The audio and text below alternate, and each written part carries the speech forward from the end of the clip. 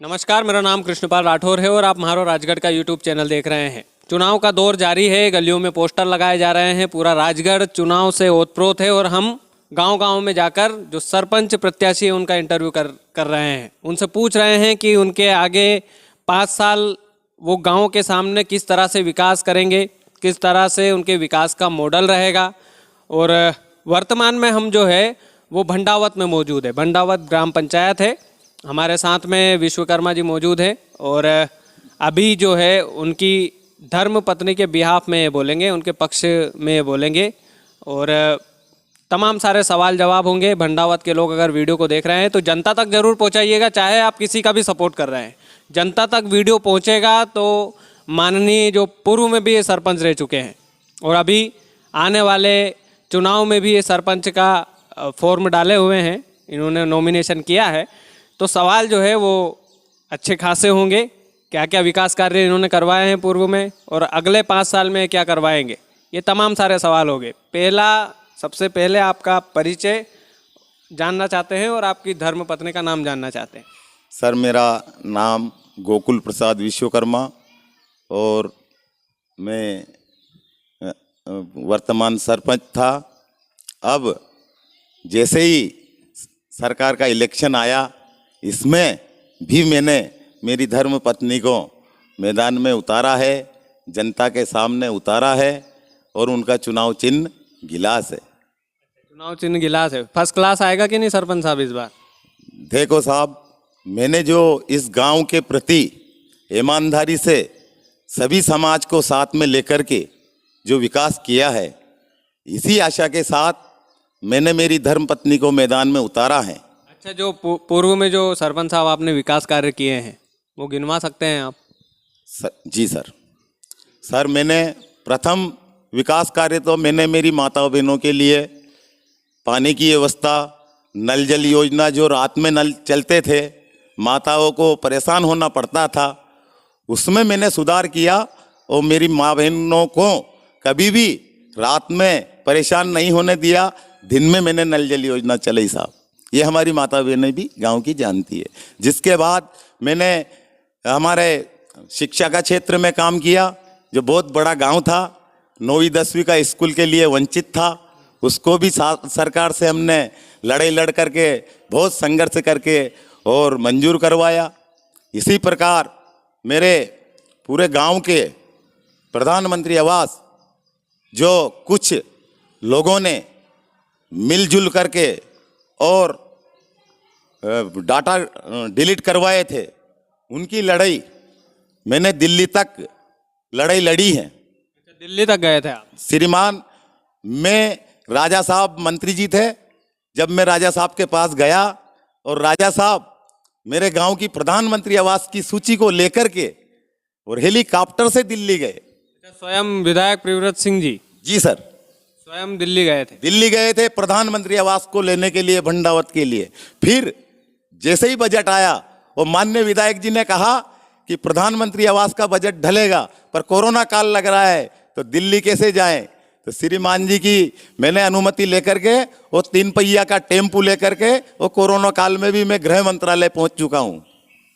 Tempo से आप corona काल में प्रधानमंत्री आवास के लिए आप दिल्ली गए? जी सर, हमारी गांव की बस्ती माता की सभी जनता को याद है कि मैं टेम्पू लेकर के दिल्ली गया और गृह मंत्रालय से माननीय राजा साहब ने मदद की और इस बस्ती माता के लिए 230 आवास एकदम भंडावत में ढली और आगे अभी 300 आवास का काम जारी चल रहा है। इसमें भी मेरे साथ अन्याय हुआ, क्योंकि मेरे 50 शौचालय और 300 आवास के जो पैसे ढलने वाले थे और मेरे विकास कार्य के भी जो पैसे ढलने वाले थे, उस कार्य को भी अभी 2-3 महीने पहले जबरन जांच ला करके मेरे खिलाफ और उन गरीबों का पेमेंट रुकवाया गया है। अच्छा, मतलब किसी और ने रुकवाया है? साहब, अभी तक मेरी पंचायत में जितना मेरे को टारगेट मिला था उतना मेरे यहाँ रजिस्ट्रेशन नहीं करने दिया साहब। कर्मचारी को दबा दिया, उनको चुनाव हम लड़ेंगे, हम जीतेंगे, जिसके बाद रजिस्ट्रेशन होगा। दूसरे लोगों ने नहीं करने दिया साहब, विपक्ष के लोगों ने नहीं करने दिए। आपकी तरफ से पूरा प्रयास था? मेरा पूरा प्रयास है जनता के लिए श्रीमान, ये जनता भी जानती है। जनता भी जानती? जी सर, और आगे भी श्रीमान मैंने जो हमारे नल जल योजना जहाँ लाइन नहीं थी हमारे गरीब परिवारों में, वहाँ हमने लाइन ढाली। और जहाँ धार्मिक संस्थाओं में जहाँ काम नहीं था, वहाँ धार्मिक जगह भी हमने काम करवाए। जिसके बाद हमने हर क्षेत्र में काम किया, ईमानदारी से किया, बगैर रिश्वत से किया। मेरे इस बस्ती माता में कोई रिश्वत का दाग बिल्कुल भी नहीं लगा सकती है। ये मेरी गांव की जनता पे मुझे विश्वास है, क्योंकि मैंने रिश्वत ली नहीं। पूरा विश्वास है। पूरा विश्वास है पूरे गांव का। मेरे दाग नहीं लगा सकते है कि मैं रिश्वतखोरी हूँ। ईमानदारी से काम किया उनका, और हर समाज का काम किया। अच्छा, अब आने वाले समय में कौन से काम अधूरे रह गए जिनको पूरा करना चाहेंगे? क्या क्या योजना है आने वाले 5 सालों का रोड मैप आप जनता को बताइए कि ये घोषणा करता हूँ, और अगर वो काम नहीं किए सरपंच साहब तो ये मैं रहूँगा और मेरा माइक रहेगा, और गांव की जो जनसंख्या रहेगी वो रहेगी। गांव के लोगों नोट कर लीजिएगा, ये जो वादे कर रहे हैं अगर आने वाले भविष्य में पूरे नहीं करते हैं तो हम आपके साथ है। कॉन्टेक्ट नंबर नोट कर लीजिएगा मेरा, ठीक है? ये कागज वाली लिखा पड़ी नहीं है, ये कैमरे वाली लिखा पड़ी है। सोच समझ कर वादा करना आप। जी सर। जैसे सर मैं वादा नहीं, और मेरी बस्ती माता की जनता को वचन देता हूँ, वो वचन के आधार पर ही मैं काम करता हूँ। जनता ने पूर्व में जो 5 साल में विकास किए, वो जनता का जितना 5 साल में भला हुआ वो जनता को याद है। और मेरे 7 साल के जो कार्यकाल में जनता का काम हुआ वो भी जनता को याद है। अब अच्छा और बुरा जनता को परखना चाहिए। मैंने तो जो काम किया 7 साल में, वो कभी 15 साल पहले भी काम नहीं हुए थे, वो किया श्रीमान। और अब बस्ती माता की जो जनता से आशीर्वाद मेरी धर्मपत्नी को मिलेगा, तो मैं इस गांव को सोने की चिड़िया बनाना चाहता हूं साहब। गरीबी मुक्त भंडावत, ये मेरा सपना है साहब। कितने कच्चे मकान होंगे भंडावत में? भंडावत में अभी तक सर मेरे कम से कम 350 मकान अभी कच्चे हैं सर, जिनको अभी तक प्रधानमंत्री का लाभ नहीं मिला साहब। कच्चे में रह रहे हैं वो। उनको दिलवाएंगे लाभ आप? उनको पूरा लाभ दिलवाएंगे साहब। उनको 253 मकान स्वीकृत हो चुके हैं। 95 जो मकान है वो हमारे दिल्ली साइड से रुके हुए हैं, तो वो भी चुनाव बाद बहुत जल्दी जारी हो जाएगी सूची। इस प्रकार मेरे 353 नाम की सूची कुल भंडावत में आवास बचा है श्रीमान। अच्छा, लोग बोल रहे हैं कि गौशाला बंद पड़ी हुई है। श्रीमान गौशाला भी मेरे साथ में अन्याय हुआ है। मेरे गांव की जनता को याद है, गौ माता की सेवा के लिए मैंने बहुत बड़ा प्रयास किया। माननीय विधायक साहब से गौशाला मंजूर करवाई, और गौशाला का मंजूर करवाने के बाद गौशाला में निर्माण कार्य हो चुका, जिसके बाद लोगों ने षड्यंत्र रच के उसको निरस्त करवाई। जी सर। उसके लिए क्या प्रयास रहेंगे आने वाले समय में आपके? वही जनता दिखाएगी साहब प्रयास। गौशाला वहीं बनेगी अगर जनता ने मेरे को मौका दिया तो, क्योंकि मैं सही हूं। मैंने गलत जगह गौशाला नहीं बनाई साहब। मेरा गांव का हर विकास रुकवाया साहब। फिर भी मैंने जनता के लिए बहुत कड़ी मेहनत की, और हर जगह जनता के हित में खड़ा रहा सर। मैंने मेरा भला नहीं किया, मेरे गांव की बस्ती माता का भला किया। ये मेरे गांव की जनता जानती है श्रीमान। अच्छा, जो सड़क को लेकर आप सड़क और नाली से सहमत है आपके गांव की? श्रीमान सड़क नाली मेरा गांव बड़ा है, और 2 वर्ष कोरोना काल का इसमें निकले हैं। और 4 साल पहले जो इस गांव के आसपास के जो लोगों ने दुख देखा है, वो इतना दुख देखा कि 4 साल बीजेपी का शासन था, और मैं भी बीजेपी में ही था। जी सर। पर इस गांव में विकास नहीं करने दिया बिल्कुल भी। अब जो भगवान बालाजी महाराज की कृपा से फिर से मेरे को जनता का आशीर्वाद मिलेगा, तो मैं प्रथम काम मेरा विश्वनाथ आश्रम से जो ये दौलत राम जी प्रजापति जी की दुकान है, यहाँ तक का नाली निर्माण किया जाएगा, और यहीं से भोलेनाथ मंदिर तक स्ट्रीट लाइट लगवाई जाएगी।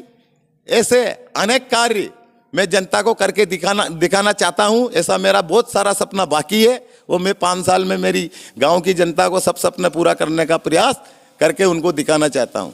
शमशान घाट को लेकर सवाल था मेरा। एक शो चलाता हूँ शमशान घाट को लेकर, इसलिए मन में सवाल था कि शमशान घाट के लिए आप और क्या बेहतर प्रयास कर सकते हैं। कई सारे अच्छे शमशान घाट है। पचोर वाला शमशान घाट आप देख कर आइएगा।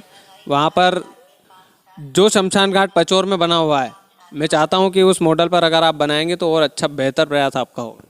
श्रीमान जी, उसी प्रकार से मैं जहाँ भी ये जो शमशान है, इनकी हम गांव वालों सब मिलकर के एक समिति गठित करेंगे और जो भी सरकार की योजना आएगी वो समिति के माध्यम से शमशान का सौंदर्यीकरण करवाऊंगा, वहाँ पेड़ पौधे लगवाऊंगा, बावंडी हर शमशान में बनवाऊंगा और एक मेरे 9वीं 10वीं की जो 10वीं का जो स्कूल की बिल्डिंग है वो भी मंजूर करके करवाने का पूरा प्रयास करूंगा और आगे भी जहाँ भी कोई कमी है वहाँ तुरंत काम करने का पूरा प्रयास करूंगा और इसी प्रकार से मैं आशा के साथ ही मेरी धर्मपत्नी को चुनाव लड़ा रहा हूँ श्रीमान। अच्छा, मैं एक आखिरी सवाल मेरा ये है, किस तरह से जनता को आखिरी मैसेज देना चाहेंगे आप इस इंटरव्यू के? किस तरह से मनाएंगे उनको कि आपको वोट दे? किस तरह से कहेंगे कि चुनाव चिन्ह गिलास का ध्यान रखना? किस तरह से आप आपके गांव के युवाओं को, बुजुर्गों को ये भरोसा दिलाएंगे कि आप उनके लिए तत्परता से खड़े रहेंगे? श्रीमान जी, 5 साल का जो सरपंच लोगों का कार्यकाल रहता था तो 3 साल में गांव की जनता दुखी हो जाती थी। वो मेरा 7 साल का कार्यकाल है, मेरी बस्ती माता की जनता दुखी नहीं है। मेरे ऊपर पूरी बस्ती माता का विश्वास है और मुझे पूरा मतदाता बंधु और पूरे गांव का विश्वास है कि मुझे इसी आशा के साथ और इसी विकास के साथ मुझे वोट देंगे और मेरी धर्मपत्नी को विजय बनाएंगे। ऐसी आशा में पूरी मेरे गांव के मतदाता पर मुझे पूरा विश्वास है कि मुझे पहले भी मेरी माताजी को मंडी सदस्य चुना गया और मुझे सोसाइटी में सदस्य चुना गया, फिर इतनी बड़ी बस्ती माता ने मुझे गांव का सरपंच चुना। जैसा ही गांव वालों ने मुझ पर विश्वास करके और मुझे चुनाव जिताया था, मैं पूरा गांव की जो मंशा थी हमारे गांव की जनता की उसको पूरा किया और भी बच रहे हैं वो भी पूरा करेंगे। ये हमारी पूरी बस्ती माता की जनता देख रही है और अच्छा और बुरा मेरे गांव की जनता सभी को जानती है। अच्छा, ये विरोधी जो खड़े हुए हैं इनके बारे में कुछ कहेंगे? कुछ विरोध है आपका? कुछ इनके बारे में 2 शब्द कहेंगे या इनके परिवारों से भी अपील करेंगे भैया इनके परिवार वाले वोट दें मुझे? नहीं श्रीमान, हम बुराई करना एक अलग बात है, पर मैं तो मेरे जो काम विकास किया उन विकास के मुद्दों पे मेरी बस्ती माता की जनता के सामने वोट मांगने के लिए जा रहा हूँ। किसी का विरोध नहीं है आपका? नहीं, जो उम्मीदवार है ये भी अपने जो इन्होंने कार्यकाल में विकास किए, जो भी विकास किया इन्होंने वो सब विकास जनता को बतावे और अपने प्रयास करे वोट लेने का। मैं तो मेरी गांव की जनता को मैंने काम किया वो बता करके वोट मांग रहा हूँ। विकास के मुद्दे पर चुनाव लड़ रहे हैं? विकास के मुद्दे पर चुनाव है साहब, जाति पाति का कोई चुनाव नहीं है, ये सिर्फ विकास के मुद्दे पर चुनाव है श्रीमान। चलिए, भंडावत के सरपंच साहब, मेरी तरफ से आपको बहुत शुभकामनाएं हैं चुनाव के लिए। कभी जीते तो फिर जुलूस में जरूर बुलाइएगा मिठाई खिलवाने के लिए। तो ये आप सभी का जो आशीर्वाद मिला तो पुनः आपके बीच में फिर हाजिर और खड़े रहेंगे श्रीमान।